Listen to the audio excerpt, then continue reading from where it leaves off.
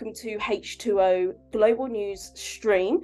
Today with me, I have the CEO of Seven Seas Water Group. This is Henry. Henry, tell me a little bit about yourself. Hi, Abby. Thanks for having me. My name is Henry Charrabé. I've been the CEO of Seven Seas Water Group since September of 2021. Seven Seas Water is owned by Morgan Stanley Infrastructure Partners, and we focus on water as a service.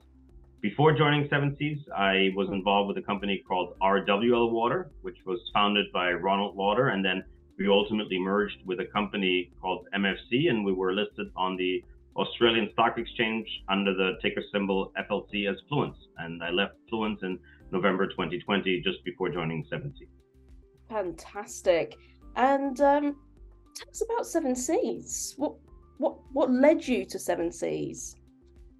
Well, Seven Seas, I believe, is a great company that is really focused on what I term to be the holy grail in the water and wastewater industry, which is water as a service in the decentralized space.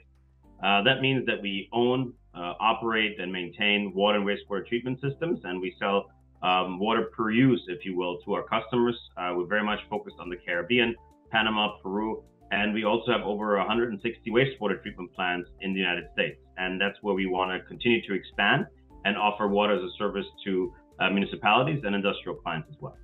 That's amazing. And you're global, correct? We're global, but we're focusing mostly on North America and OECD countries. So obviously in the current jurisdictions, whether that's Caribbean, Panama, and Peru, which are not necessarily OECD, but we focus on the US and Western Europe and other OECD countries, less so on developing countries, differently than what I've done in the past. Of course. And for you, what makes Seven Seas so different? I think we're the leader when it comes to our trademark water as a service. I think there's obviously a lot of companies out there, especially large companies, that offer the typical EPC, engineering, procurement, construction offer for water and wastewater treatment plants, and they tend to focus on large tender projects where they can offer these plants. We really very much like to develop our opportunities to offer the customers decentralized solutions, which we believe are much more efficient, much faster to deploy, and much better for the customer ultimately to have a point of use reliable system. And we believe that we have a very strong relationship with our clients because our interests are aligned. We obviously only get paid if we deliver the specified water quality. And therefore, it's in our best interest to make sure that our plants are up to standards, continue to operate and maintain the best way possible, and of course, sell the highest quality water to our municipalities and our customers where we operate. So I think that's pretty unique in North America. And I think we've been able to establish a very, very strong footprint. I love that. And it now being 2023, what are the plans for this year for your organization? So we want to continue to obviously expand.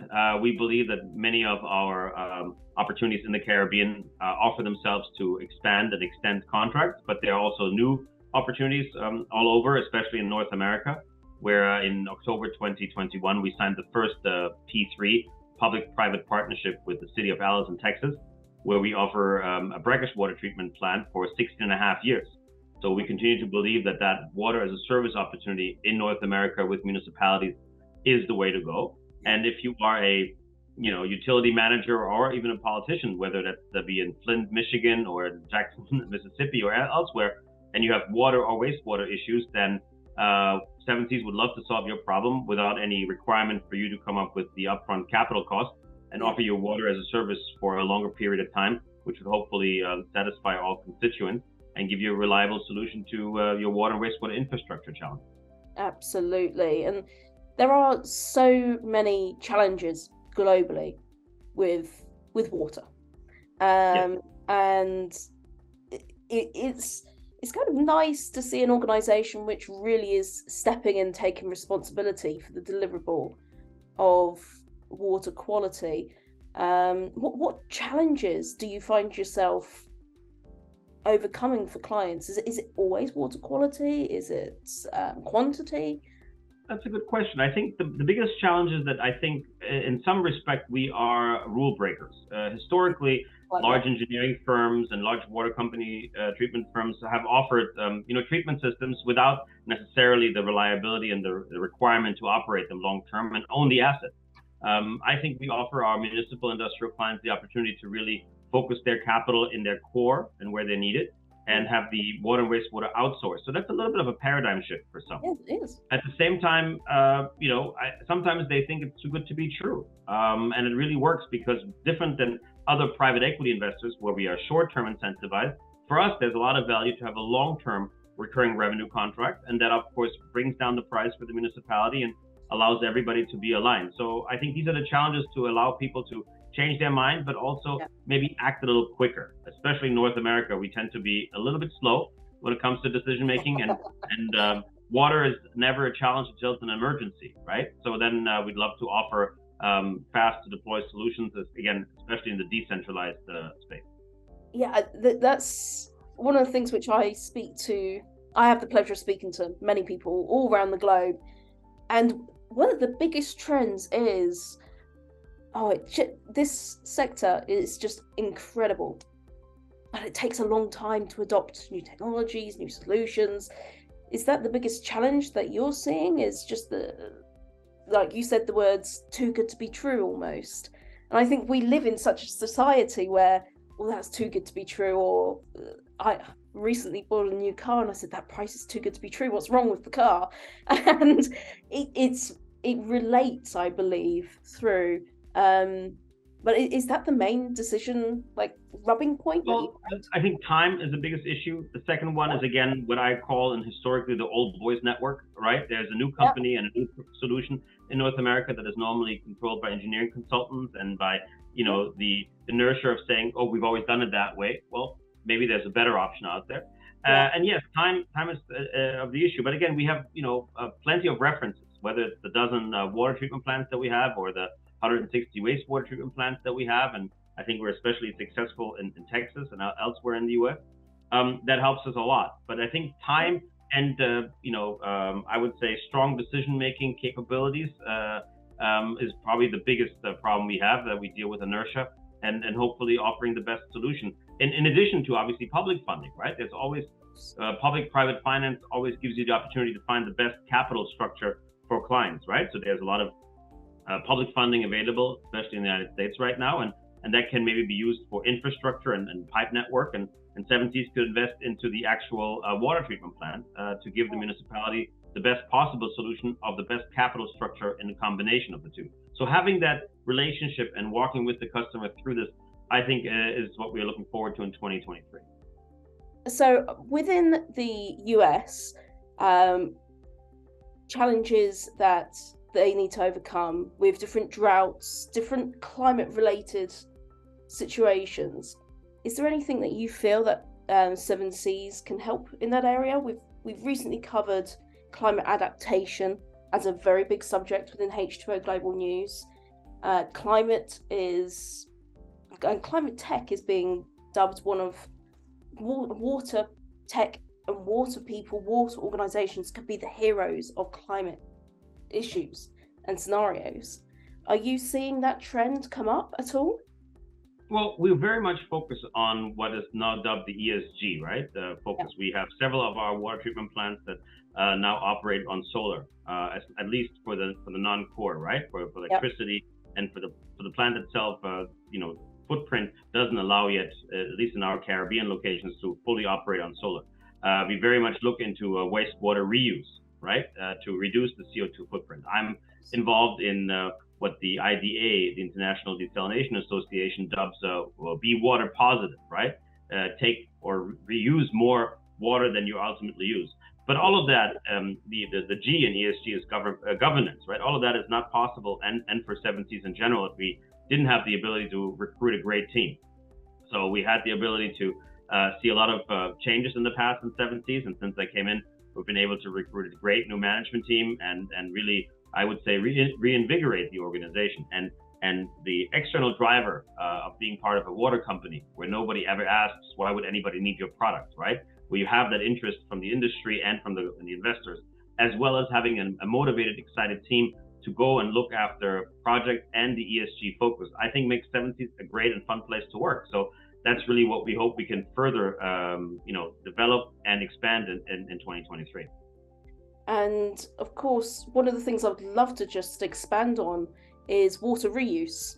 And especially from the consumer side, I've had many conversations about consumers not really feeling comfortable with the word reuse.